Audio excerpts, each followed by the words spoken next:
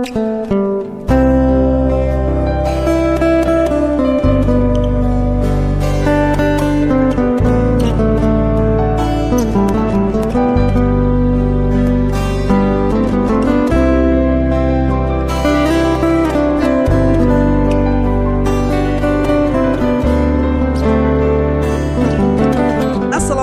warahmatullahi wabarakatuh. Halo teman-teman, selamat datang kembali di Iyoko Channel. Semoga teman-teman semuanya dalam keadaan sehat dan selalu diberikan kemudahan dalam menjalani aktivitas sehari-hari.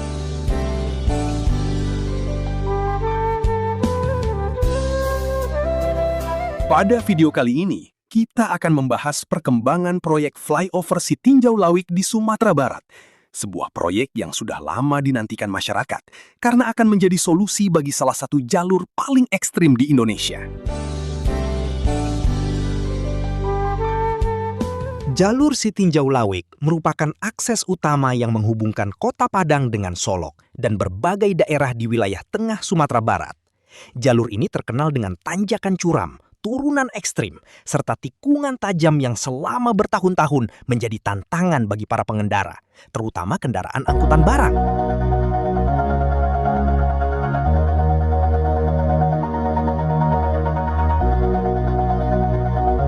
Proyek ini memiliki bentangan jalan layang yang cukup spektakuler. Panjang flyover atau jalan layang utama mencapai sekitar 2,78 km. Sementara itu, jika dihitung bersama seluruh pekerjaan jalan yang menjadi bagian dari proyek, maka total panjang penanganan jalan mencapai sekitar 4,54 km. Dengan panjang tersebut, flyover Sitinjau Lawik akan menjadi salah satu jalan layang pegunungan terpanjang yang pernah dibangun di Indonesia.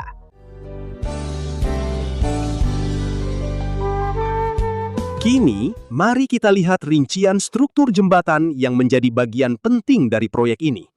Jembatan pertama akan dibangun dengan panjang sekitar 135 meter. Kemudian, jembatan kedua memiliki panjang sekitar 152 meter. Selanjutnya, terdapat jembatan ketiga yang menjadi salah satu struktur paling menonjol dalam proyek ini, dengan panjang sekitar 382 meter.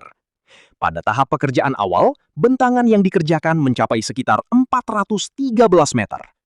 Sedangkan jembatan keempat direncanakan memiliki panjang sekitar 333 meter.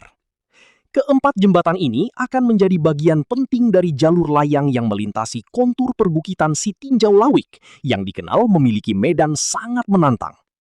Dengan hadirnya sejumlah jembatan panjang tersebut, kendaraan nantinya tidak lagi harus melewati sebagian tanjakan dan tikungan ekstrim yang selama ini menjadi titik rawan kecelakaan.